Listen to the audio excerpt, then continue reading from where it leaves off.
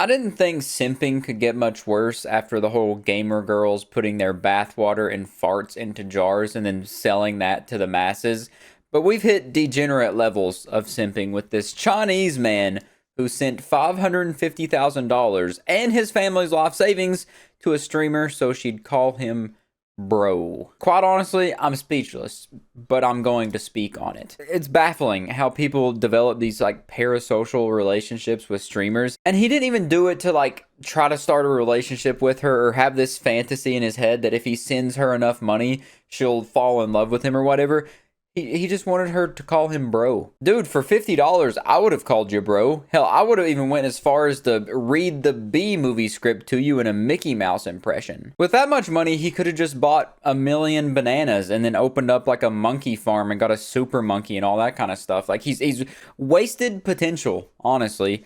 But it's crazy reading through this situation. It was reported by the South China Morning Post, and the title even says that the dude's obsession led to him surviving on plain steamed buns to stave off his hunger. That's beyond delusion to a point that I don't even know if there's a word for it. And from the way that this article words everything, I'm not even sure that he got her to call him brother, which if that's the case, dude, this is the most down bad, sad, pathetic story I've ever read. And of course, they don't disclose who the streamer was, but it says initially he drained his family's savings, prompting them to restrict his access to funds. So he had to get a little crafty with how he got this money, which led to him stealing copper materials during deliveries for his family business, stating that he routinely pilfered copper during these deliveries and sold it to waste recycling stations for cash. And it continued until the factory reported a significant quantity of missing copper to the police station, suspecting theft. And that's when he turned himself in, saying at first that he only confessed to 2 recent thefts, denying any further involvement. But then he was confronted with evidence of his transactions of stealing this copper and selling it. So initially he only confessed to 2 thefts, but it turns out he committed over 40 since May. So each month he was stealing about March, April, May, June, July, August, September, October, November, December. That's like 5.5 thefts every single month, which is ridiculous, totaling over 316,000 US dollars. Which I'm going to go out on a limb and say that if he was sending this much money, he didn't just want her to call him bro.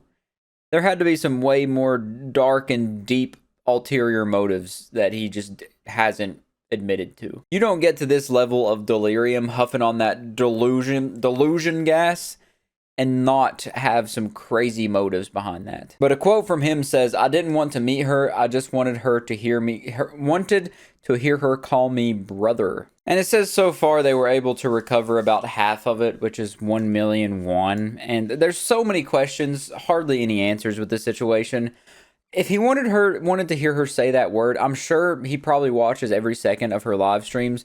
She has to have said that word at some point. Why not just record that and then loop it over and over if that's what your crazy little ass wants? But instead, he decided to commit some felonies, commit some thefts, and instead of using that money to like launder it and start a drug empire, he spends every single last penny on a streamer. So I guess I just have one question to end it off.